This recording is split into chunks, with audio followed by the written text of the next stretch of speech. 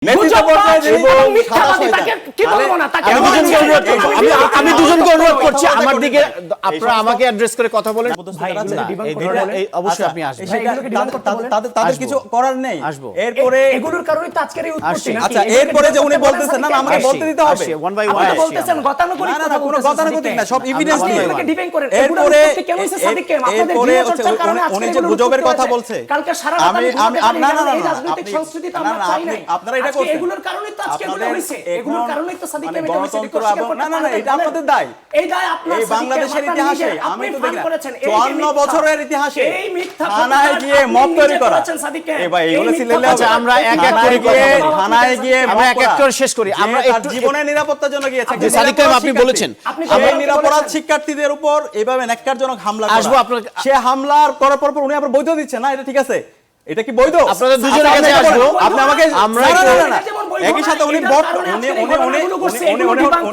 বট আইডির কথা বলছে। এগুলো ঢাকা বিশ্ববিদ্যালয়ে এটা সর্বসম্মতিক্রমে সবাই এটা জানে। আচ্ছা বট আইডি চালা হচ্ছে ওনাদের এজিএস ডাকসুতে যে এজিএস সম্পাদক ছিল মায়ের, সে মায়েদে হচ্ছে বট আইডি চালায়। Department of Baksal. আচ্ছা বাকশাল পরবর্তীতে আমাদের সঙ্গে আব্দুল ইসলাম এই ডিপার্টমেন্ট অফ বাকশাল নামে আমি দুজনকে অনুরোধ করব আমরা একটা শো চালাই। নিজে এই মিথ্যা গোটা জাতিকে আমাকে বলতে দিতে হবে, আমাকে বলতে দিতে হবে। উনি কি করছেন গতকালকে? শুনেন ভাই, এই যে কথাই বলতে দিচ্ছে না। গতকালকে উনি কিভাবে গুজব ছড়াচ্ছে দেখেন। ওই থানায় গিয়ে একজন মোবাইল নিল, একজন সাংবাদিককে ওনারা নাকি ধরছে। আচ্ছা ধরক, সমস্যা নাই, যদি এটা ওনাদের অধিকার নাই, তারপরে তার ডিভাইস চেক করা সেটা হচ্ছে আইন শৃঙ্খলা বাহিনীর। কিন্তু ওখানে আবিদ ভাইরা সেই ডিভাইস চেক করলো, ছবি তুললো, একজনের দিল মোকাররম বিল্লাহ নামে একজন সাংবাদিক। আচ্ছা আপনি মোকাররম বিল্লাহ হলে সেই মোকাররম বিল্লাহ কিশোরগঞ্জের ভাই, কিশোরগঞ্জের আমরা এখন দুজনকে থামাতে চাই, দুজনকে থামাতে চাই। আমাকে বলতে মোকাররম যে এভাবে বিল্লাহকে ধরছে, আমরা দুজনের ভাই কথা এত অ্যাগ্রেসিভ ওনাদের সাথে তাহলে বসা যাবে না। এই মোকাররম বিল্লাহ কিশোরগঞ্জ যে এমপি প্রার্থী ছিল তার পক্ষে সে ক্যাম্পেইনের পেজ সে চালায়।